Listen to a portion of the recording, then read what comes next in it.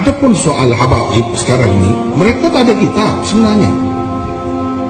Mereka ditonjol-tonjolkan macam alim sangat. Yang sebenarnya, yang saya tengok, tak ada apa pun. Sebagai contohnya saya nak sebut, Habib Umar misalnya.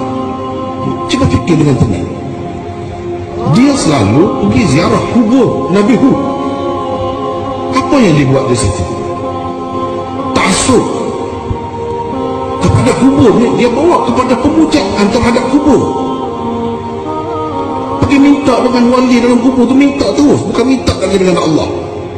Begini orang sudi lah. Habib Umar, Habib Ali Jufri ini terima ijazah daripada seorang kepala ajaran sesat di Pakistan. Saya kenal, saya tahu. Benarkah ahlul bid'ah punya rujukan syekh-syekh di Mekah di Al-Mukarram? Benar, dulu ketika Mekah itu dikuasai oleh Turki, masih belum dipegang oleh Saudi, itu semua imam-imam dipegang oleh orang-orang sufi. Bahkan ada darah Syi'inya.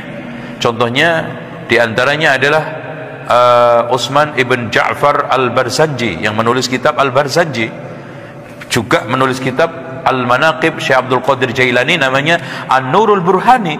Itu imam wal mufti Masjidil Haram. Oh, itulah.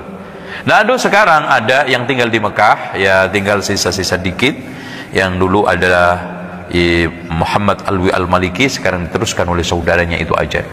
Ya, dalam sepanjang sejarah, intinya antum jangan berpikir bahwa manusia-manusia yang seperti ini hilang total. Kalau gitu antum nanti tidur, malah nggak ada dakwah.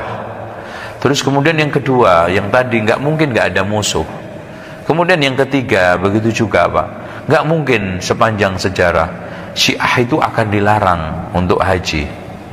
Dan ini pernah saya jelaskan juga. Pertama, kalau pemerintah Saudi itu melarang, nanti akan menimbulkan madarat lebih besar. Apa?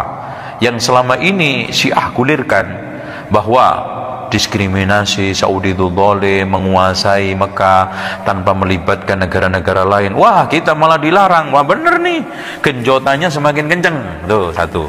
Kemudian yang kedua, selama ini pengelolaan arkeologi budaya itu sudah dipermasalahkan dunia internasional, Saudi. Nah, kalau nanti Iran dilarang, nanti dia akan membuat suatu stigma-stigma negatif di dunia barat, akhirnya ngebuk bareng-bareng ngerjai Saudi. Kemudian yang ketiga, hadirin sekalian, tolong dicamkan, mereka datang ke sana tetap terkontrol, terawasi dengan baik, ya, dan tidak mempengaruhi secara signifikan kesucian Masjidil Haram, Masjidil Nabawi. Kemudian yang keempat, mereka yang datang ke sana itu rata-rata mereka-mereka yang sudah takluk virusnya, tidak terlalu parah. Mereka-mereka yang fanatis hajinya nggak mungkin ke Mekah, Pak. Hajinya ke sana, ke Karbala, itu ke Karbala. Itu menurut hari baiknya mereka itu sampai belasan juta dari Irak, Iran semua, ya. Itu bahkan di dalam hadis-hadis palsu mereka, Jibril itu sampai ngerengek minta izin sama Allah bisa ziarah ke makamnya Husain, dilarang sama Allah. Coba bayangkan, orang Syiah boleh berkali-kali, aneh. Siapa yang sekarang ziarah sekali ke kuburan Husain sama dengan 70 kali umroh. Tanahnya Husain, sifaun min kulli sukmin, obat dari segala obat. Semuanya ada di Mekah, di sana ada. Ganti semua. Kalau di Mekah Zam-Zam, di sini ganti tanah.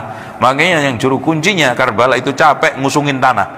Karena tiap hari diusung tontonan, diambil. Nah, kalau sekarang jutaan pengunjung ngambil secentong aja itu udah habis. Itu. Makanya pontang-panting tanah itu bolak-balik aja. Kalau begitu ngapain nggak ambil ke sawah langsung, deket lagi kan? Daripada ini ambil baliki. Itulah kekonyolan khurafat, dan mereka pengkultus kuburan, otaknya nggak jalan, Pak. Ya, kalau berpikir ngapain lu jauh-jauh ambil tanah yang aslinya itu tanah sebelah sono, dipindah ke situ karena ente ambilin gerowong lagi, ditumpuk lagi. Subhanallah.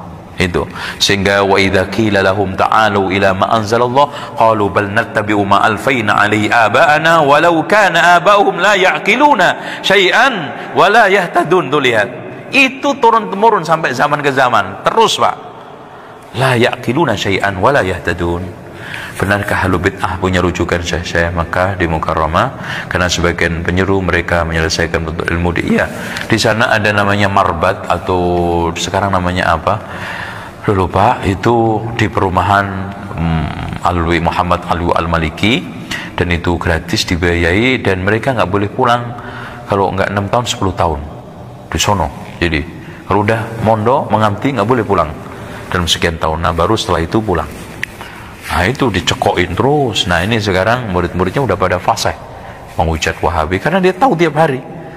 Ya, bahkan subhat-subhat itu lebih cerdas mereka daripada mereka di Indonesia katanya.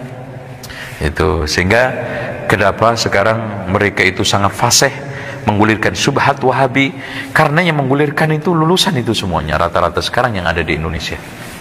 Itu, dan itu saya apal sekali karena kondisi dapur-dapurnya mereka dulu kan saya tahu. Jadi seperti itu wataknya mereka dan kondisi, dan sudah lama itu.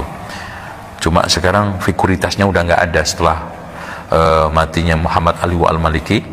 Penggantinya ini hanya pinter nyanyi, suaranya merdu kayak saya. Makanya setiap yang kunjungan ke sana yang dibawa itu kagum dengan suaranya dia. Kalau dulu di Indonesia mirip seperti Habib Abdul Qadir Al-Musyawa, itu klop itu kalau lagi membaca berjanji, sering duet dulu, terus kemudian meninggal itu, ya.